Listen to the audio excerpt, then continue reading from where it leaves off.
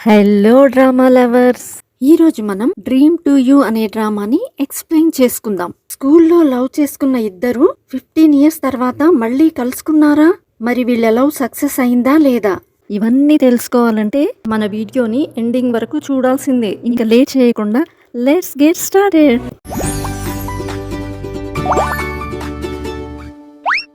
ఈ డ్రామా స్టార్టింగ్లో మనకు 2011లో జరిగిన సీన్ని చూపిస్తారు.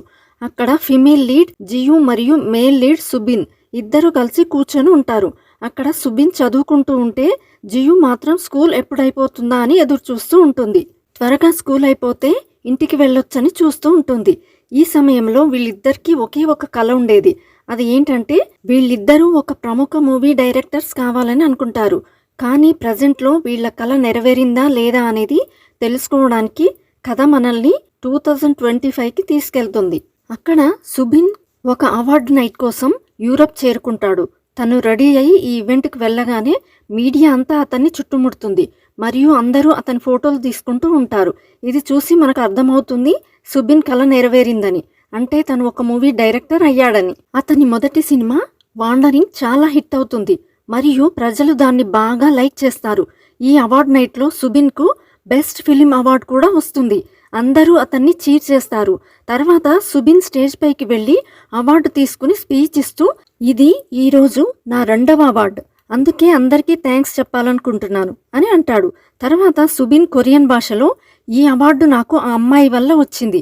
ఎవరైతే నా కోసం ఈ కల కన్నారో అందుకే నేను ఆ పాత స్నేహితురాలికి మనస్ఫూర్తిగా థ్యాంక్స్ చెప్పాలనుకుంటున్నాను అని అంటాడు. తర్వాత సుబిన్ తన టీంతో కలిసి ఒక మీడియా కాన్ఫరెన్స్ నిర్వహించి అందరి ప్రశ్నలకు సమాధానాలు ఇస్తాడు. నెక్స్ట్ మనం జియును చూస్తాం. ఆమె డైరెక్టర్ అయ్యే కల నెరవేరలేదు. బదులుగా ఆమె ఒక సాధారణ రిపోర్టర్గా పనిచేస్తోంది. ఆమె కంపెనీ టీవీ షోలు నిర్మిస్తుంది. అందుకే ఆ షో షూటింగ్ కోసం జియు ఒక ఫీల్డ్లో పనిచేయడానికి వెళ్ళినప్పుడు అక్కడ చాలా బురదగా ఉందని ఆమెకు తెలుస్తుంది. ఆమెతో పాటు ఒక గ్రాండ్ మదర్ కూడా ఉంటుంది. ఆమె ఈ బురద చాలా డేంజరస్ అని చెప్తుంది. ఇందులో జాగ్రత్తగా నడవకపోతే ఇరుక్కుపోయి కింద పడతావు, తర్వాత నడవడం కష్టమవుతుందని చెప్తుంది. కానీ జియు, జీవితం కూడా ఈ బురద లాంటిదే, ఇందులో ఒక్కసారి పడితే ఇక లేవలేము అని చెప్తూ జియు బ్యాలెన్స్ తప్పి కింద పడిపోతుంది. కెమెరామ్యాన్ ఆమెను క్లోజప్లో షూట్ చేస్తూ, ఇప్పుడు ఇంకా ఎక్కువ వ్యూస్ వస్తాయని నవ్వుతాడు.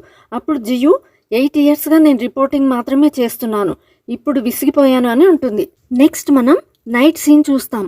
జియు ఇంటికి వెళ్ళేటప్పుడు తన మదర్తో కాల్లో మాట్లాడుతుంది. ఓనర్ ఈ సంవత్సరం రెంట్ ఇంకా పెంచేశాడని ఆమె చెప్తుంది. ఇది విని జియు ఖర్చులు ఎలా మేనేజ్ అవుతాయని కంగారు పడుతుంది. తను మదర్తో, నువ్వు టెన్షన్ పడకు, నేను ఏదో ఒకటి చేస్తానని చెప్తుంది. జియు ఇంటికి చేరుకుంటుంది. అది చాలా ఎత్తులో ఉండడంతో ఆమె బాగా అలసిపోతుంది మరియు డోర్ ఓపెన్ చేసి అక్కడే కూర్చుంటుంది. తర్వాత జియు తన బట్టలు ఎవరైనా వాష్ చేస్తే బాగుండు అని అనుకుంటుంది. తనే బట్టలు వాష్ చేసి డ్రై చేస్తుండగా టీవీలో ఒక న్యూస్ చూస్తుంది. అందులో సుబిన్ ఇంటర్వ్యూ ఇస్తుంటాడు.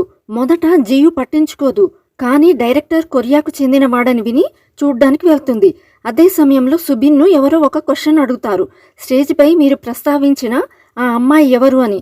సుబిన్, ఆమె నా ఫస్ట్ లవ్. ఆమెకు నేను చెప్పాలనుకుంటున్నది ఏంటంటే, ఒకవేళ నువ్వు నన్ను చూస్తుంటే నేనిచ్చిన ప్రామిస్ నెరవేర్చానని చెప్పాలనుకుంటున్నాను. అందుకే నిన్ను కలవడానికి కొరియా తిరిగి వస్తున్నాను అని చెప్తాడు. జియు అది చూసి షాక్ అవుతుంది. ఇది ఎలా సాధ్యం?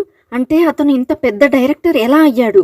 అన్నిటికంటే పెద్ద విషయం ఏంటంటే అతను ఆ సినిమాలో ఏం తీశాడని అవార్డు వచ్చింది.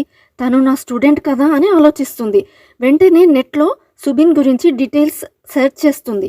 కానీ అతని ఇంటర్వ్యూలన్నీ ఇంగ్లీష్లో ఉండడంతో జియుకు ఏమీ అర్థం కాదు. ఆమె కంగారు పడి, ఒకవేళ సుబిన్ నా ముందుకు వస్తే నేనేం చేయాలి అని బాగా భయపడుతుంది. Next day morning Subin Korea చేరుకుంటాడు. చాలా సంతోషంగా కనిపిస్తాడు. టాక్సీలో హోటల్కు వెళ్తుండగా జియు టీవీ షోను చూసి నవ్వుతాడు. డ్రైవర్ తనకు కూడా ఈ షో ఇష్టమని చెప్తాడు. సుబిన్, నేను రిపోర్టర్ జియోకు ఫ్యాన్ని, చూడు ఆమె ఎంత ఫన్నీగా క్యూట్గా ఉందో అని అంటాడు. డ్రైవర్ కూడా, అవును, ఆ అమ్మాయి చాలా టాలెంటెడ్ మరియు పెద్దలను గౌరవిస్తుంది అని అంటాడు. ఇది విని సుబిన్ స్మైల్ చేస్తాడు మరియు కిటికీ బయటకు చూస్తూ, ఈ నగరం ఇప్పుడు చాలా మారిపోయింది అని ఆలోచిస్తాడు.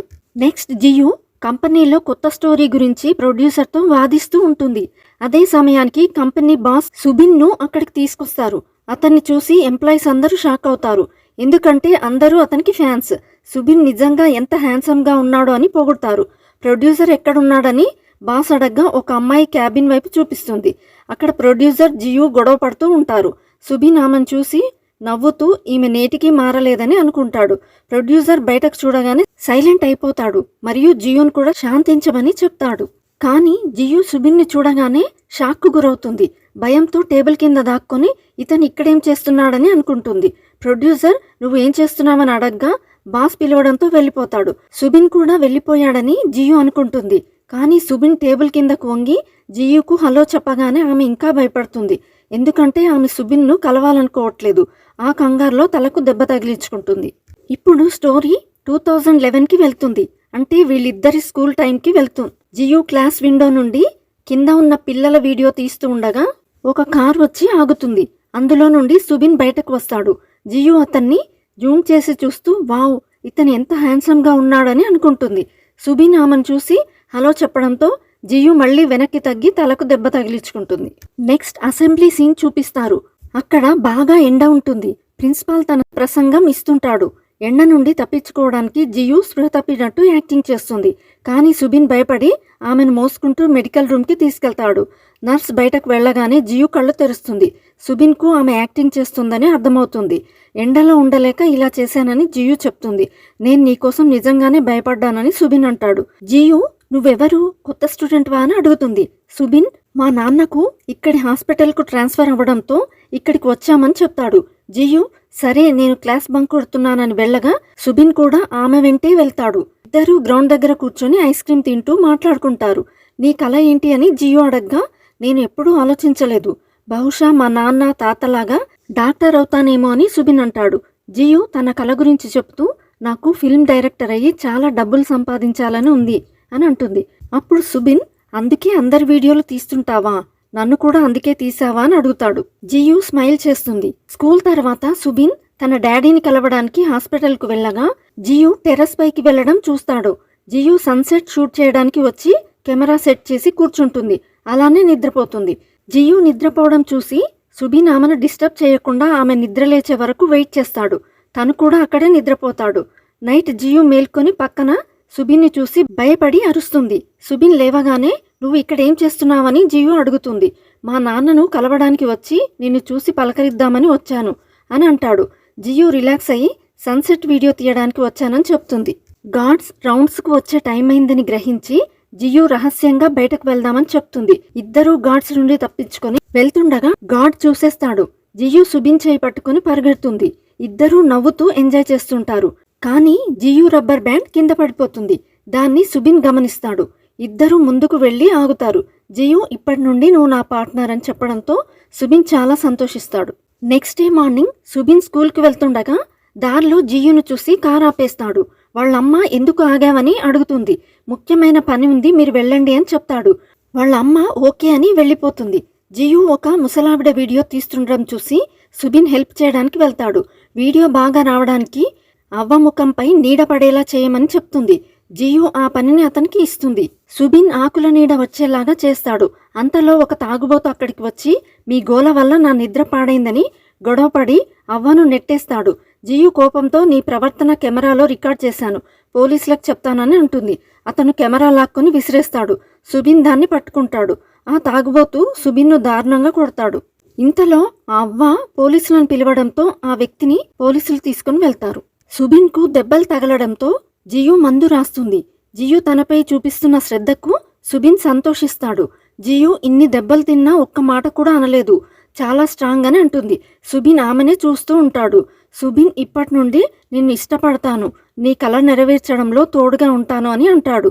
జియు షాక్ అయ్యి నిన్ను ఇష్టపడుతున్నాను అనేది విన్నాను కానీ ఇష్టపడతాను అనే కన్ఫెషన్ మొదటిసారి వింటున్నాను అని అంటుంది. సుబిన్ నిన్ను ఇంకా బాగా తెలుసుకోవాలని అనుకుంటున్నాను అని అంటాడు. జియు స్మైల్ చేస్తుంది. సుబిన్ ఆమెకు ఒక కొత్త రబ్బర్ బ్యాండ్ గిఫ్ట్గా ఇస్తాడు. తర్వాత ఇద్దరు కలిసి షూటింగ్స్ చేస్తూ లైఫ్ ఎంజాయ్ చేస్తూ ఉంటారు. ఇద్దరూ కలిసి ఒక హిట్ మూవీ తీయాలని అనుకుంటారు. ఇప్పుడు సీన్ 2025కి షిఫ్ట్ అవుతుంది.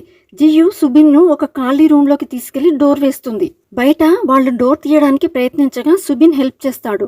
వాళ్ళు వెళ్ళాక జియు ఇక్కడికి ఎందుకు వచ్చావని కోపడుతుంది. నీకోసమే వచ్చాను, కలిసి పనిచేద్దామని సుబిన్ అంటాడు. అప్పుడు జియు నీ ముఖం కూడా చూడాలని అనుకోవట్లేదు. టీవీలో ఎంత చెప్పినా నిన్ను క్షమించను అని అంటుంది. సుబిన్ నువ్వు ఇప్పటికీ పాతలాగే రూడ్గా ఉన్నావు, కానీ నీకోసమే వచ్చాను అని అంటాడు. జియు కోపంతో వెళ్ళగా ఆమె అస్సలు మారలేదు, ఇప్పటికీ డేంజరస్, అందుకే నాకిష్టమని సుబిన్ నవ్వుకుంటాడు. జియు ఇంటికి వెళ్లేసరికి ఆమె ఫ్రెండ్ గ్యోన్ ఉంటాడక్కడ. ఇద్దరు ఫుడ్ తింటుండగా డెలివరీ పని ఎప్పుడు వదులుతావు, యాక్టర్ అవ్వాలనుకున్నావు కదా అని జియు అడుగుతుంది. అతను ప్రస్తుతానికి ఇదే ఉంది అని సుబిన్ గురించి అడుగుతాడు. జియు అతని గురించి మాట్లాడకు, ఎందుకు వచ్చాడో తెలియదు అని అంటుంది. అతను నువ్వు డైరెక్టర్ అవ్వాలనుకున్నావు కదా, అతను హెల్ప్ తీసుకో అని చెప్పగా జియు అతనితో సంబంధం వద్దు, మళ్ళీ నా మనసు విరిచేస్తాడు, అతను నా ఫస్ట్ లవ్ లేదా నా పెద్ద పొరపాటుగా మిగిలిపోని అని అంటుంది. జోన్ స్కూల్ ఫ్రెండ్ కావడం వల్ల సుబిన్ తెలుసు. సుబిన్ నటి హానా ఆమె అసిస్టెంట్ మాటలు వింటాడు. సుబిన్ మూవీ ఆడిషన్లో రిజెక్ట్ అవ్వడంతో హానాకు అతను రావడం నచ్చదు. సుబిన్ అక్కడి నుండి వేరే కేఫ్కి వెళ్తాడు. అక్కడ హెల్మెట్ పెట్టుకున్న ఒక అబ్బాయి సుబిన్ని గుర్తుపడతాడు. హెల్మెట్ తీయగా అతను గ్యోన్ అని తెలుస్తుంది. సుబిన్ నువ్వు హ్యాండ్సమ్గా అయ్యావు అని అంటాడు. గ్యోన్ నేను ఎప్పుడూ హ్యాండ్సమ్నే అని అంటాడు. అతనికి సుబిన్ నచ్చడు, ఎందుకంటే సుబిన్ రాకముందు జియు అతను మంచి ఫ్రెండ్స్. జియుతో టచ్లో ఉన్నావా అని సుబిన్ అడగ్గా అవును అని అంటాడు. సుబిన్ నెంబర్ అడగ్గా అతను ఇవ్వడు, ఆమె నీతో మాట్లాడాలనుకోవట్లేదు, దూరంగా ఉండు అని చెప్పి వెళ్తుండగా జియు నుండి కాల్ వస్తుంది. జియు తన పాత వీడియో టేప్లను మార్కెట్లో అమ్మబోతుందని గ్యోన్ మాట్లాడడం సుబిన్ వింటాడు. నెక్స్ట్ సీన్లో హానా క్లబ్లో షూటింగ్ కోసం వెయిట్ చేస్తుండగా యాక్టర్కి యాక్సిడెంట్ అయిందని ప్రొడ్యూసర్ చెప్తాడు. అసిస్టెంట్ ఇయాన్ 2 అవర్స్లో రిప్లేస్మెంట్ రాకపోతే షూట్ క్యాన్సిల్ అవుతుందని చెప్తుంది. ఇంతలో గ్యోన్ అక్కడికి డెలివరీ కోసం వస్తాడు. హానా అతన్ని చూసి రిప్లేస్మెంట్గా సరైన వాడని భావిస్తుంది. ఫ్రీగా ఉన్నావా అని అడుగుతుంది. గ్యోన్ ఒప్పుకోడు, అయినా తను యాడ్ షూట్ అని చెప్పి ఒప్పిస్తుంది. గ్యోన్ను రెడీ చేసి ఫోటోలు తీస్తారు. గ్యోన్ నర్వస్గా ఉండడంతో హానా రిలాక్స్ అవ్వమని అంటుంది. ఫేస్ కనిపించదని షోల్డర్పై తల పెడితే చాలని చెప్తుంది.